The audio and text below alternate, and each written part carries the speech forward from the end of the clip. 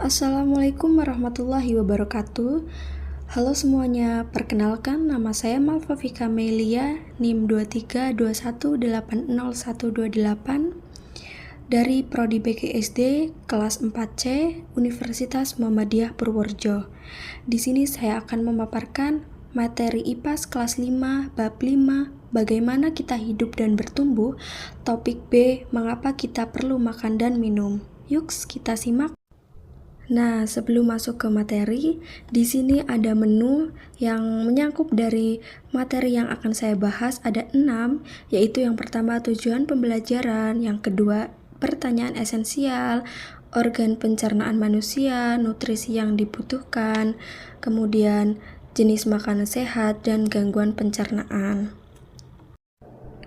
Tujuan pembelajaran yang akan kita capai dalam materi kali ini ada 2, yaitu yang pertama, peserta didik diharapkan dapat mendeskripsikan proses pencernaan pada manusia. Yang kedua, peserta didik dapat menerapkan pola makan dengan menu seimbang dalam kehidupan sehari-hari. Mengapa sih manusia perlu makan dan minum? Nah, di dalam gambar tersebut ada beberapa, yaitu yang pertama seseorang yang sedang naik sepeda, ada siswa yang sedang berdiskusi, dan juga ada polisi yang sedang mengatur jalan.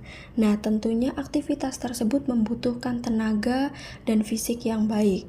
Dan tenaga dan fisik yang baik itu bisa didapatkan dari makanan dan minuman yang kita konsumsi setiap hari. Nah, mengapa sih kita perlu makan dan minum? Jadi, tubuh kita itu memerlukan makanan untuk bekerja dengan baik. Gizi dalam makanan juga menyediakan energi dan materi pembangun untuk pertumbuhan serta perbaikan tubuh.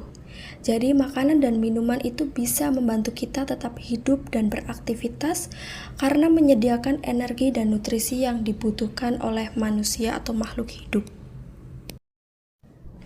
Bagaimana sistem pencernaan bekerja mengolah makanan dan minuman yang kita konsumsi? Oke, kita bahas di penjelasan selanjutnya. Nah, di sini organ pencernaan manusia dimulai dari mulut, kerongkongan, lambung, usus halus, usus besar, dan anus. Yang pertama kita bahas yaitu mulut. Jadi kita memulai dengan berdoa dan memasukkan makanan itu melalui bibir. Kemudian dari bibir itu ditangkap oleh lidah dan gigi, yang kemudian itu ditelan, makanan masuk ke kerongkongan dan didorong hingga masuk ke lambung. Di lambung itu tugas lambung menghancurkan makanan yang kita makan. Nah, selanjutnya kita masuk ke usus halus. Usus halus itu tempat penyerapan sari makanan untuk diedarkan ke seluruh tubuh.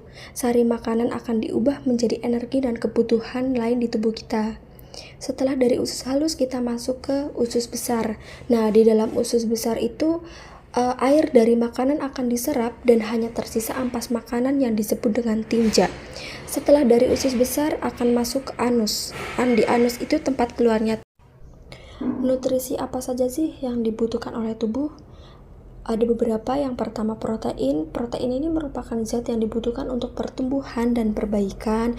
Kemudian karbohidrat itu akan diubah menjadi zat gula, yang kemudian lemak membantu penyerapan vitamin itu membantu melawan tubuh dari penyakit, mineral itu untuk kesehatan tulang dan gigi, serat itu untuk pencernaan, dan air itu untuk membantu Selanjutnya, jenis makanan sehat.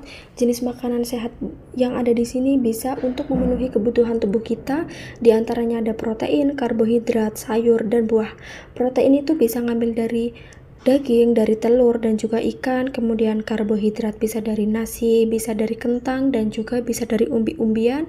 Kemudian sayur bisa dari brokoli, kol, ataupun wortel, dan buah bisa dari jeruk, apel, dan juga pisang atau yang Gangguan pencernaan. Ada beberapa gangguan pencernaan, yaitu ada MAH, diare, dan sembelit. MAH yaitu penyakit berupa rasa nyeri dan panas di banding lambung dengan timbul rasa mual karena asam lambung yang meningkat. Kemudian diare yaitu tinja yang dihasilkan cenderung cair dan frekuensi lebih sering dibanding biasanya. Sembelit itu sulit buang air besar meskipun perut terasa keras, penuh, dan ingin buang air besar tetapi tidak bisa keluar. Nah, agar kita tidak mengalami gangguan-gangguan pencernaan di tubuh kita, pola makan itu bisa menjadi obat, diantaranya pola makan yang baik, yang semisal terdiri dari lemak, minyak, gula, dan makanan manis itu hanya 5%, kemudian 20%-nya itu dari daging, ikan, susu, dan telur, 35%-nya dari buah dan sayuran, dan 45% dari roti, nasi, dan sereal. Jadi bisa ditarik kesimpulan, dengan memakan makanan dan minuman yang sehat, kita bisa memenuhi kebutuhan tubuh untuk melakukan aktivitas sehari-hari. Sekian pemaparan materi dari saya. Apabila ada kesalahan, saya mohon maaf. Terima kasih. Wassalamualaikum warahmatullahi wabarakatuh.